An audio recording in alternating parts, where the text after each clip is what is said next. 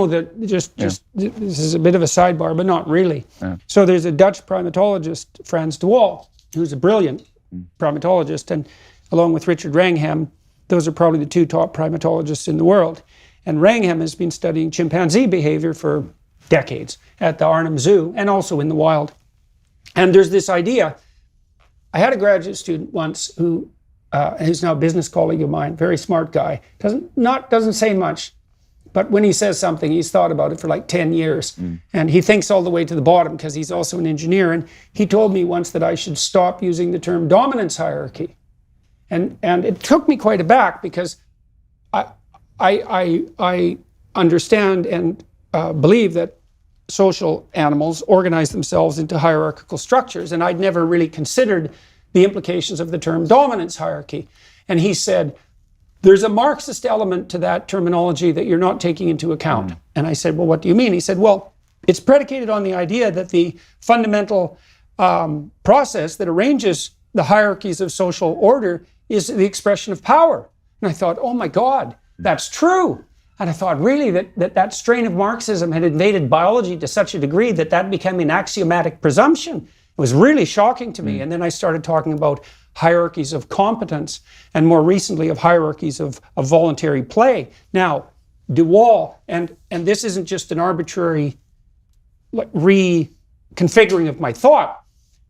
There's a man named Jaak Panksepp who studied play behavior in rats. And he showed quite clearly that if you paired juvenile rats together and allowed them to play because they wrestle, that in the first contact, the bigger rat could win over the smaller rat. 10% weight advantage would be enough to guarantee victory. So if you just studied one play bout, you could derive the conclusion that the bigger, stronger, and more dominant animal won, and that play was based on domination.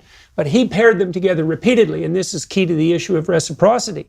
He paired them together repeatedly, and rats live in social groups, so they interact repeatedly. Once they have established that initial hierarchy of ability, let's say in the wrestling ring, it's incumbent on the little rat to invite the big rat to play. But the big rat, if the big rat doesn't let the little rat win at least 30% of the time across repeated bouts, even though he could win every single time, if he doesn't allow the little rat to win 30% of the time, the little rat will stop asking him to play.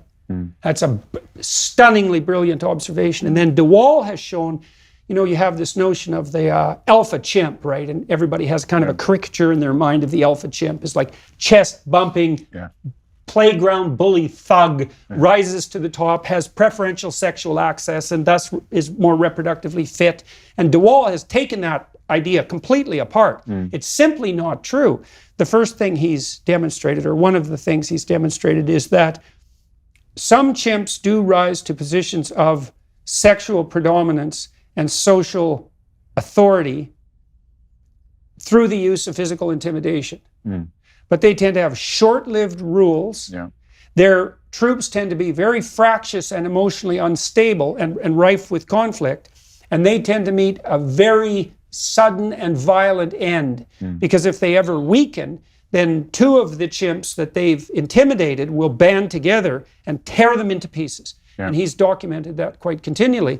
And then he showed too that in many of the troops that he studied, sometimes the smallest male has the highest social status, particularly if he's extremely good at reciprocal interactions and peacemaking.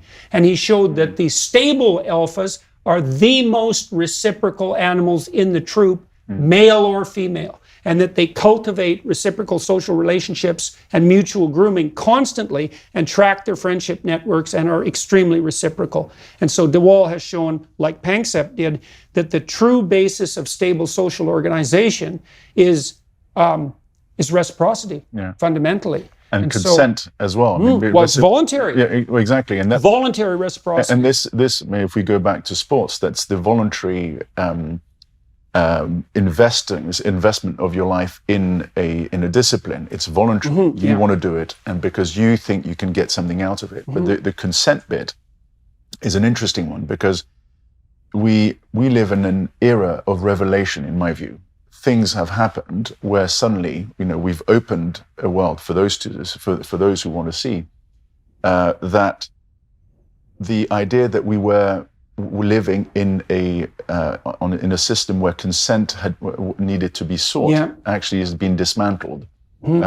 How did we see it? Now, in the UK, we had Brexit, for instance. It took 6 years. We still have these battles. But what you see is more and more people on the Remain side of the argument denying that the vote nearly took place, or attacking those people who voted in the wrong way. The idea, the notion that you should seek consent or consensus is completely gone. Bottom up. And the reason for this is because, as we said, humanity, if you think about this, this anti-human nature, you can say, my opinion is worth much more than yours. We are not the same. There is no reciprocity. And there's no reciprocity if the fundamental basis is power. Well, exactly, but that's the interesting thing about the alpha male, because I completely see, and I think most of us see, that without consent there can be no stability. You cannot create stability out of perpetual warfare. But the thing about perpetual warfare is that it enables dilettantes to think that something is changing. So, in other words, they require discord in order to have meaning for themselves. So hatred is a powerful emotion that replaces everything. That's in my view one of the things that we're witnessing at the moment, where you have one group that's hoping, it doesn't matter how many they are or represent, or the numbers they represent, but they are quite happy to impose their worldview because they're righteous. So your theory is something like the generation of chaos produces a landscape where the narcissists are more likely to thrive. It's something like that. Yeah, because it's a question of self-importance. I asked my wife because she's from East Germany, and East Germany was an extremely unpleasant place. 1/3 of the people there were government informers. I know, and we don't have the time to go through it today. But some of the stories that her parents, my parents-in-law, told me were quite interesting.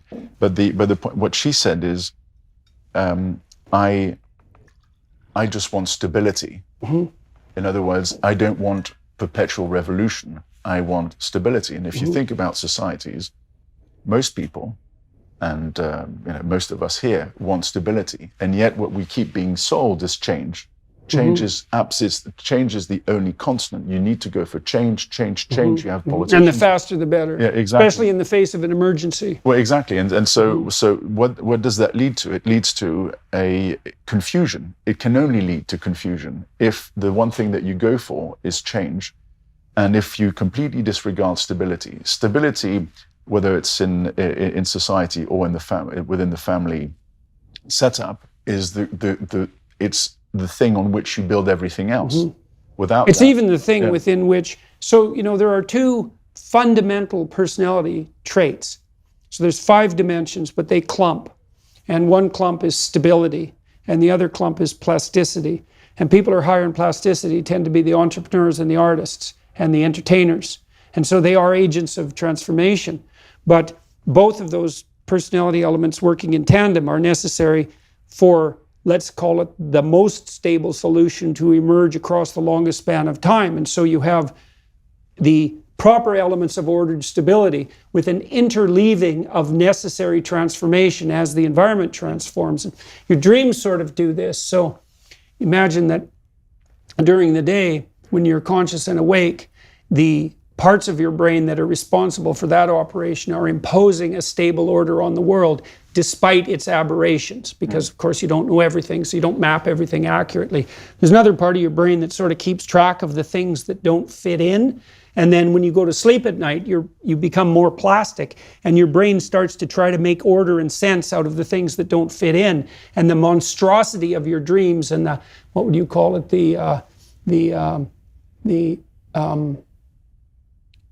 the cherubic and monstrosity-like imagery in dreams is an attempt to aggregate those aberrations and to start feeding updates slowly into the system that regulates stability. Artificial intelligence engineers have found too that in order to build a system of apprehension that doesn't collapse, you need part of the system to impose something approximating regularity And then you need a separate system to keep track of deviations and slowly update the first system, because otherwise it will precipitously collapse. And so there's a balance. And here's another, this is something very cool too. So imagine that there's a balance that needs to be maintained constantly between the forces of stability and the forces of transformation. And then it's an open question how much stability you need and how much transformation, because it depends to some degree on how rapidly things are changing around you. And so it moves with the situation. And so you need to be able to mark the shifting boundary. Well, one hypothesis that I think is a very good hypothesis is that the spirit of play emerges when the balance between stability and transformation is attained properly. So imagine, if you're in a team, or you're even competing against yourself, you're pushing yourself to the edge of transformation, right? And if you're playing properly, you're pushing yourself so you're transforming as rapidly as you can without exhausting or undermining yourself. And that manifests itself as a sense of deep, and maybe as the sense of deep engagement that you found when you decided to start rowing instead of misbehaving, right? So you hit that point of optimal play. That also catalyzed your development. And you could say that play is reciprocal in the most fundamental sense, and to play with other people or to play against yourself in some sense. And the sense of meaning that emerges is a signal that you've balanced the necessity for transformation with the necessity for stability.